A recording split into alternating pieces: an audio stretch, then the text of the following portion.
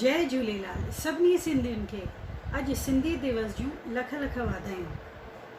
10 अप्रैल हिकु ऐतिहासिक ॾींहुं, छो त 10 अप्रैल 1967 जे ॾींहं ते सिंधी भाषा खे 8 शेड्यूल में 15 भाषा जी मान्यता मिली हुई।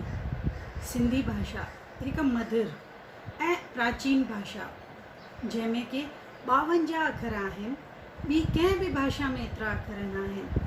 सिंधी भाषा में ही के अलहदा लफ़्ज़ आहिनि, जीअं ॿ, ॾ, य, ञ, ग। जंहिं बि इंसान खे सिंधी भाषा चङी तरह ॻाल्हाइण अचे थी, उहो संसार जी काई बि भाषा तमामु सुहिणी तरह ॻाल्हाए सघंदो आहे। जे सिंधी भाषा ॻाल्हाईंदड़ स्पेनिश भाषा सिखंदो त उहो हिकु स्पेन जे रहवासीअ खां वधीक बहितरीन तरीक़े सां स्पेनिश भाषा ॻाल्हाए सघंदो आहे। साॻी ई तरह का बि भाषा सिंधी ॻाल्हाईंदड़ इंसान वधीक बहितर नमूने सां ॻाल्हाए सघंदो आहे। त असांखे पंहिंजी भाषा ते फ़ख़्रु हुजणु खपे।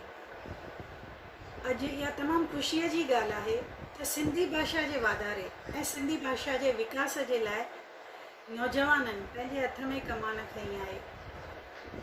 अॼु सॼी दुनिया में लॉकडाउन आहे, पर सिंधी दिवस मल्हाइण जो उत्साह खे लॉक न लॻी सघियो आहे। ऐं वाधायूं थी ॾियां उन्हनि जे उत्साह खे, जेको कि अॼोके ॾींहं ते बि सोशल मीडिया जे थ्रू पंहिंजो सिंधी भाषा दिवस चङे उत्साह सां मल्हाए रहिया आहिनि। जय झूलेलाल।